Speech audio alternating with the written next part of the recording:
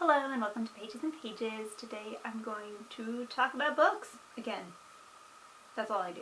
The first thing I need to do is tell you that I dropped my camera in the ocean after filming my Cloud Atlas poem thing. Sorry for the week of silence. But I'm back, so hooray. Thank you for bearing with me. So today I wanted to talk about one, maybe two books, and to give you some feedback and thoughts on them. So the first one is Felicia Day's book, You're Never Weird on the Internet, Almost. This book was a delight. It is an autobiography, memoir thing, not my usual, but nice, and it wasn't horrible. This is really cool because you get to hear about her life growing up and kind of her thought processes as a creator and how she came to be the quirky, wonderful individual she is. So that was really helpful and good. And after reading it, I promptly then went and rewatched the entire Guild. So in rewatching the Guild, it was cool to observe how different characters from the Guild were shaped by Felicia's own character and personal experiences, and her characters are kind of all pieces of her personality, and that wasn't something I noticed the first time through because I didn't know that much about her personality or her background, so this filled me in there and made watching the Guild a lot more enjoyable. Also, another thing about the Guild, I never really cared about Will Wheaton until he was a kilt-wearing, egomaniac, quote-spouting jerk. Apparently that does it for me. Also, that series is how I discovered steampunk, I'm pretty sure, even though I've read Jules Verne like my whole life. So that's another cool thing that came out of it. This book was really good, dealt a lot with video games and that sort of nerddom. Video games, computer games. So I want to know what you guys think about computer games and RPGs and that kind of thing. Are you into that? Are you not into that? I think it could be a cool story building fantasy kind of thing, and I think that's what Felicia gets at in her book. You're never weird on the internet, almost. Truth of the matter is, we're all pretty weird on the internet, but that's what makes it cool.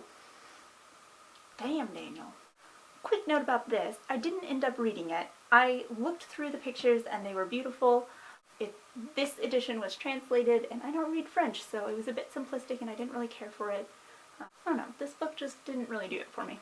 Alright, last book, A Fire Upon the Deep by Vernor. Vinge. This book was fantastic. The story was superb.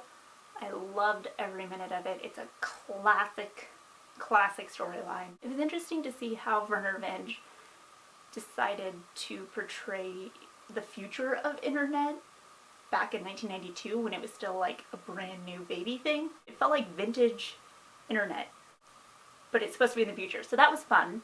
This has a fantastic alien cast. There's tons of different species of aliens, and some of them are like plants, some of them are like dogs, and some of them have like hive minds. It's really fascinating. I loved the diversity. Another really interesting thing tying into that diversity was his very forward thinking about gender and gender roles. There's one species of alien in this book that kind of takes on a gender preference. So that was kind of interesting to read, and I thought poignant with all of the discussions going on today. Also in that kind of ilk, I loved his descriptions of humans from other aliens' perspectives, because we apparently look like praying mantises. So that was really fun, just how he described humans from a non-human perspective. I loved that.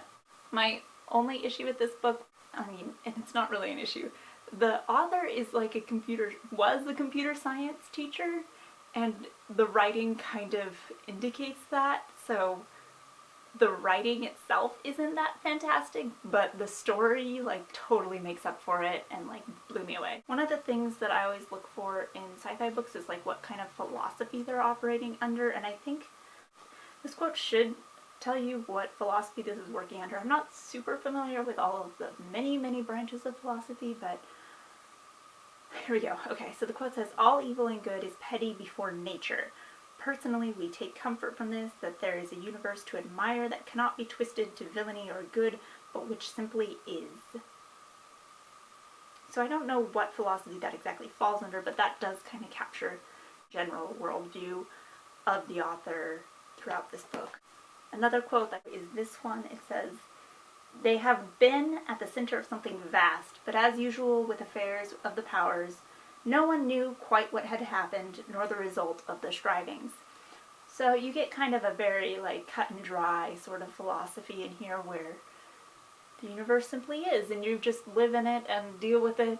So you know that you were a part of something, but at the end of things, it doesn't really matter. Nothing's really changed that much, which can be kind of a depressing thought, but the story was so well crafted that I didn't feel depressed by it. Alright, so those are the 3 books that I wanted to talk about, kind of wrap up for you. If anybody wants a copy of the Iliad, this is the Richmond Lattimore translation, and I'd be happy to send this to you. This is a duplicate of mine. It has the line numbers, and it has a pretty good introduction. It has a glossary. So even if you've never read the Iliad, but you might be interested, go ahead and let me know. I would be more than happy to give this to you or to talk about epic poetry with you. For my paper on this in college, I wrote an entire essay on why Hector was tall and why that was significant. That's it for today on Pages and Pages. Thank you for bearing with me for another week. I have a whole stack of reading to get to, so I'll see you next time.